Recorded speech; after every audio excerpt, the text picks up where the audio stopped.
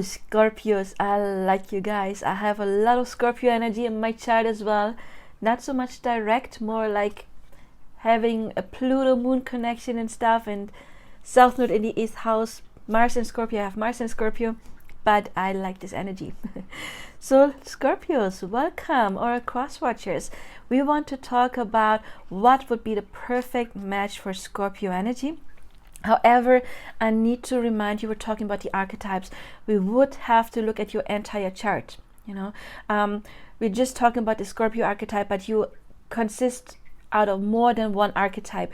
And to determine what your divine counterpart is, we have to look at your entire chart and your person's entire chart. Okay. First of all, before we dive right in, I would like to introduce myself. My name is Janine. I am an astrologer. I am a psychic medium. I am a spiritual coach and a manifestation coach. And you can book your own personal coaching session or astrology reading with me. My contact information is below or in the About Me page, and I would look forward to hear from you. So, Scorpio, first of all, it's very important for me to tell you that any person or any other sign could be your divine counterpart if you are not like on a twin flame journey or a soul twin journey or anything like that. If you are if you're attracting a soulmate, because not every soul chose to be on a twin flame journey. You soul chose what they wanted to experience before it came down here. And again, for you it might be a soulmate which is perfect, and a soulmate can have any sign. So if you ever heard like, oh, this is not a good match, please disregard that. Okay, let's just make me one up. For example, maybe you may have read that Scorpio and Aquarius are not a good match because Scorpio can be very attached, whereas Aquarius can be very detached, and Scorpio can be very jealous, and Aquarius is that not at all. Scorpio wants very much closeness, and Aquarius wants a lot of freedom in their relationships. So that could be a mismatch. So if you're thinking like, oh no, a person is an Aquarius, don't worry about it, because they could still be your perfect match. We would have to look at your entire chart, because maybe you are a Scorpio, but you may have, and I'm just taking Aquarius as an example, but you may have an Aquarius rising or Aquarius moon. Or you may have your sun in Scorpio, but in the 11th house, which would be the Aquarius house. So you have Aquarius energy, and that would be a good match. Or the other person may have a Scorpio moon or Scorpio rising, or their sun in the 8th house or their moon in the 8th house, meaning they have that Scorpio energy as well. So you would have to have yours and the other person's entire chart, because if you don't know their birth time, you don't know their rising sign, and you don't know their houses, so it could be a match. So please, Scorpios, I know you're not shallow, and we don't do shallow astrology here, so never trust when you just read, oh, those signs are not a match. You have to see the entire chart. Okay, please never say no to a person you like just because you think their sun sign doesn't match yours. Also, we have to look at synastry, that in astrology is 2 birth charts placed on top of the other to see how your planets interact with one another, because you may have some kind of connections that talk about a very long lasting relationship, even though you would have sun signs that are not a perfect match at the first glance. Okay, so we have to check out the entire stuff. One thing you find a lot in soulmates or any kind of soul connections is what I just said earlier, that if you're a Scorpio, it's very likely that your person may have a Scorpio rising or Scorpio moon, or they are something, let's say again Aquarius, and you an Aqua rising or Aqua moon. You find that very often that what one person has in sun moon rising would be found in the other person's sun moon rising as well. Even if that is not the case, and it's the case in most cases, but even if it's not the case, disregard it, because you may still have amazing synastry, that your planets have amazing connections. Okay, we have to see the entire thing. So again, a perfect soulmate can have any sign. We need to see the entire thing, but right now we're talking about archetypes, the Scorpio archetype. And please again have in mind, you have more than one archetype, so what I say right now may not apply to you individually. Sorry. And also everything I say really depends on your level of maturity, your level of ascension. Okay, if you have unhealed stuff, you will never attract a divine counterpart, doesn't matter what kind. You will only attract or if you attracted a divine counterpart, yeah, it will be hard until you have cleared that stuff. You will not attract union until you have been through your stuff. Okay, it always depends on your own level of maturity. You cannot attract a perfect match. So even if I say this sign would be a perfect match, and you say, oh, I already dated that sign, it's not, then it might depend on your personal chart, or you still had a lot of baggage, and that was getting mirrored back to you. So Scorpio, you're the sign of shadow work. Okay, if there's one sign who can do shadow work, it's Scorpio. Scorpio is the black and white, so you guys are sorry, either in your shadow, or you are the eagle that is more ascended, or you can turn into the phoenix, the most ascended sign of them all. Honestly, you guys, Scorpio energy has the power to ascend higher than any other placement, or you can be in the darkness more than any other placement. It's really black and white. And you will see where you are also when you see it, what people you attract. If you attract people that have a lot of shadows, means you are still in the shadow. Okay, so you do your work. But let's talk about Scorpio energy. So one of your divine counterparts could be another Scorpio. And again, we're talking about archetypes. And there is a soul connection called a soul, not the soul twin, we're talking about those next, the mirror soul. A mirror soul will be very similar to you. But again, we're talking about several placements, so they will not just be a Scorpio sun. They would have most likely the same moon sign, maybe the same Venus sign, the same rising sign. There will be a lot of sameness for a mirror soul. Okay, we cannot take just one aspect. But again, a mirror soul will have a lot of sameness, and that can be perfect or very bad. Okay, because why very bad? If you still have your shadows, you will attract another Scorpio with a lot of shadows, and that can be explosive, that can be highly toxic. Let's be serious. However, if you are ascendant and you attract another ascendant Scorpio, and you cannot attract a unhealed Scorpio if you are ascendant, it's not according to the law of attraction, and it's a universal law that applies to all of us. You can only attract what matches your energy. And if you say, yeah, well, I'm so much developed, please, I have a video. It's called Why You Are Not Further Developed Than Your Person or Your Twin Flame. You can check that video out. However, attracting another Scorpio can be a beautiful thing because you get each other. You're the same. Sorry. So, however, when we attract a mirror soul, there's usually not a lot of growth in these connections because you need differences in order to grow. However, not every soul came down here in order to grow, to evolve, even though I feel Scorpios kind of did. But again, not every soul came down here to go through this twin flame journey, this ascension journey, and that's okay. Not every soul wanted to do that. Some came down here to have fun, and that's perfect. Everything is perfect, you know, whatever you chose to do before you came down here. But again,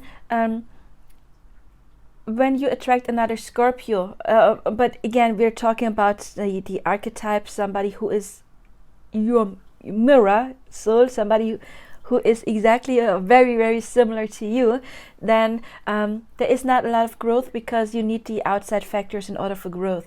However, it could be a very peaceful, long-lasting, till the end of your days lasting relationship, because maybe you didn't choose to go through this divine counterpart journey in order to ascend. Maybe you decided to ascend through some other stuff, through medical stuff or family stuff or job stuff, you know.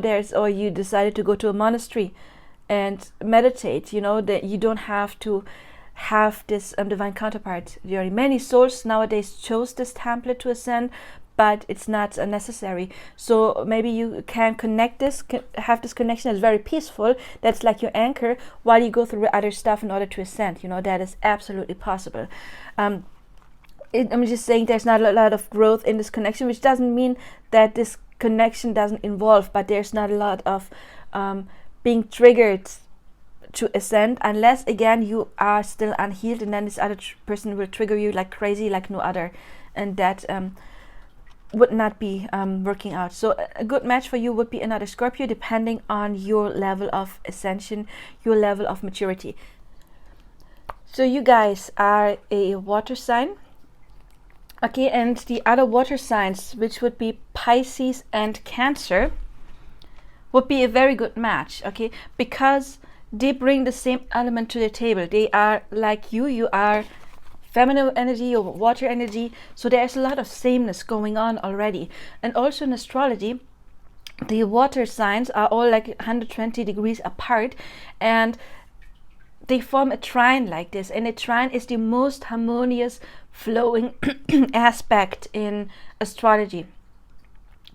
And also these connections, like we're talking about soul twin connections right now, a soul twin is someone who is very similar to you. And I like the metaphor of non-identical twins, you know, like biological twins, but they're not identical. They were born together, they share the same parents, there's a lot of similar going on, but they're their own individuals, you know, and still they can relate to each other. And when you attract a soul twin, again, for you Pisces or Cancer, but again, not every Pisces or Cancer is your soul twin. You have to check out the entire chart. You will have many trines in your chart, the flowing, easygoing energy. And anyway, a soul twin is a very beautiful connection. They're usually those people that meet, that feel like, oh yeah, we belong together, and then they stay together for the rest of their life. It's a very harmonious connection. But again, if you still have shadows, you will attract somebody who triggers your shadow. So there can be some triggering going on, but usually there's not so much triggering going on, because when you attract a soul twin, they don't come to trigger you like crazy, you know. They come to help you ascend, maybe because again they bring something else to the table. There is sameness, same element. However, you guys Scorpios are ruled by Mars, and then we've got Cancer that is ruled by the moon, and Pisces is ruled by Jupiter, co-ruled by Neptune. So we all have different energies that come together, but they go together very, very peacefully, because again it's the trining energy. And a soul twin, usually you wouldn't meet for this great spiritual ascension either. There will be some growth, of course, because you do have something different going on, but it's a very peaceful way. If you say you attracted a Cancer in your past and it was chaotic, then again, it's not your soul twin, because you have other factors in your birth charts that would say, nope, it's not a good match. But also it depends on your level of maturity. Again, very, very important, especially for Scorpio. For all signs important, but especially for Scorpio. Sorry, guys. I love you anyway. I love Scorpio energy. I love the Phoenix energy. And so, yeah, another another water sign is a very good match, because again, it is different. It brings something else to the table, yet there's sameness. You intuitively get each other. There is likeness that you pick up early on. In split twin flames, we would find,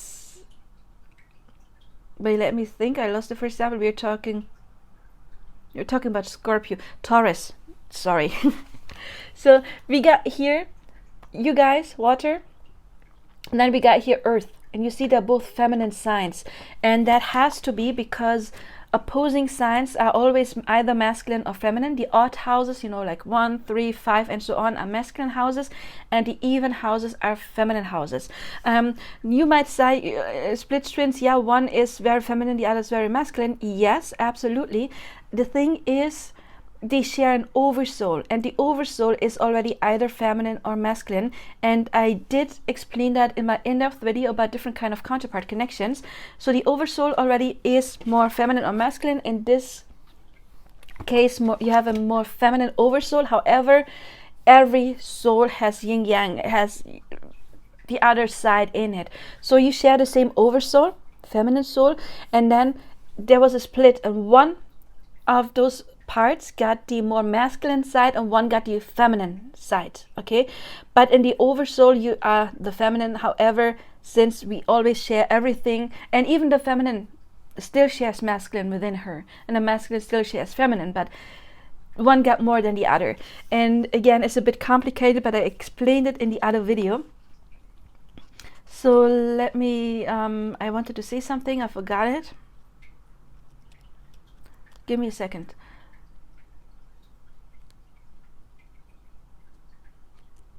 No, I don't know. Anyway, so why is it Taurus out of the earth signs? Because Taurus is the complete opposite. You know, it's the opposite. And when we were talking about soul truth, we were talking about this trining, flowing energy. Now we have a hard aspect. Oppositions are a hard aspect. And I'm doing this because Taurus is down here, the second house, and we have Scorpio down here, the 8th house. And they are completely different. They are the most different signs of them all because they are opposites. So this naturally cannot work at all, or it can work perfect. It cannot work at all if you are too different and you don't find any common ground. Okay, I always say split twin flames will have oppositions, and it could be the sun sign. And my split twin connection, we are both Virgo suns, but since we have a different rising sign, like the not just a different, the opposing rising sign, I am Gemini rising, he's a Sagittarius rising, which is the polar opposite. We do have the sun in the opposite house. So in split twin flames, you find a lot of sameness and a lot of opposites at the same time. And you need the sameness. You need this third factor in order to balance the opposition. And the third factor, for example, could be if one of you is a Scorpio sun, the other one a Taurus sun, to have the moon in the same sign. Or you have your suns in, again, Scorpio or Taurus, but in the same house, for example. Or you have the moon in the same house. You know, you need to have some sameness in order, and more than one, of course, more than one. If you just have one thing and a lot of opposites, then you're too different, because you need to have some common ground to make the complete opposite work. And that is why split twin connections are very painful in the beginning, because you need to balance the energies out. You need to balance yourself out so you can balance the other energy out.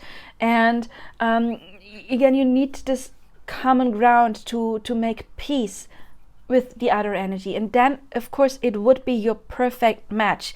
So yes, even though they're polar opposite, Scorpio and Taurus can be perfect matches. Why? Because since they're opposites, they are always, you know, like magnets. They cannot get away from each other. They always have to balance themselves out. And either, again, it does not work out at all. If you don't have anything in common, don't bother with it. It's probably one of the least good matches for you. But if you have common ground, perfect match, because you bring to the table what the other one does not have at all. Remember, you were one oversoul. That's why you already are a perfect match when we talk about split twin flames. And then it's split. So they do belong together naturally, because again, they shared the oversoul. And now they just have to learn to balance the inner energies in order to attract the other person. And then you can have absolutely union. And when you're healed, again, it's your perfect match. It is really, really, really perfect.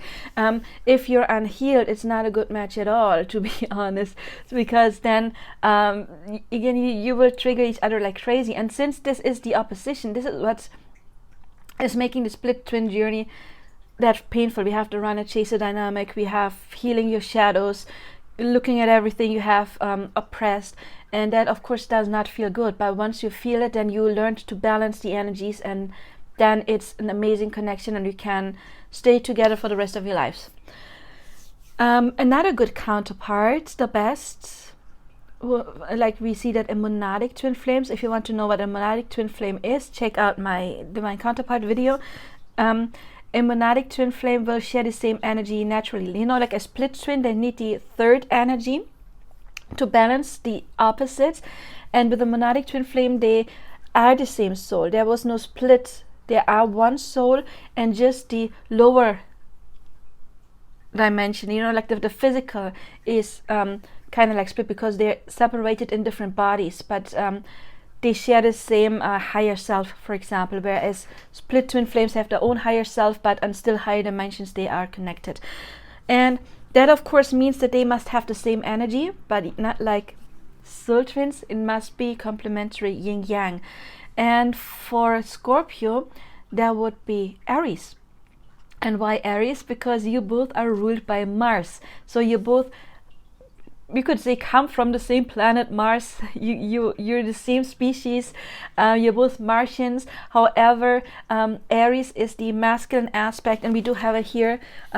You see fire and water, they're counterparts. You know, those could be counterparts. But again, we see that in split twin flames, both masculine, both feminine, and those are the perfect match, fire and water. Why? Because they are both the emotional elements. That's why I forgot to mention that the line is the more rational elements, you know, the thinkers, and those are the more emotional elements, fire and water. And they make a good fit because we got the masculine and the feminine. And for Scorpio, it would not be any fire sign. The best match is Aries for you guys, because you're both ruled by Mars, so you understand each other since you share the same energy of the planet. You have the same ruler. And again, when we talk about monadic twin flames, it is not just the sun sign. You will have the same ruler in the moon sign as well, and many different planets, you know, like all over your chart. One thing that's not determined, doesn't say anything, to be honest. But again, so you get each other because you're both ruled by Mars. However, you see, this is the masculine. It's Aries is the masculine and Scorpio is the feminine side of Mars. And that is why it makes perfect counterparts, because you share the core energy. However, it is yin yang. It's so you can learn from each other because you bring something else to the table, even though it's the same energy. And it's very important for me to know that a monadic twin flame you would only meet once you already have ascended. Okay. Once you already have been awakened, since you already have to have been through this awakening journey, the pain, the healing, all of that stuff, you would probably go through maybe a split twin journey or something else in order to heal all of that baggage, and only then you can attract a monadic twin flame. A monadic twin flame does not come to help you awaken. It does not come to help you clear like deep-rooted pain. It comes when you already have done most of that, and it helps you ascend to go on and on and on and on and on. Okay, so let's sum it up for you guys. Scorpio, good matches would be any sign depending on your personal chart. It could be a Scorpio, another Scorpio, fellow Scorpio, depending on your level of maturity. But again, all of that is your level of maturity. Okay, it always is. So another water sign, which would be Pisces and Cancer.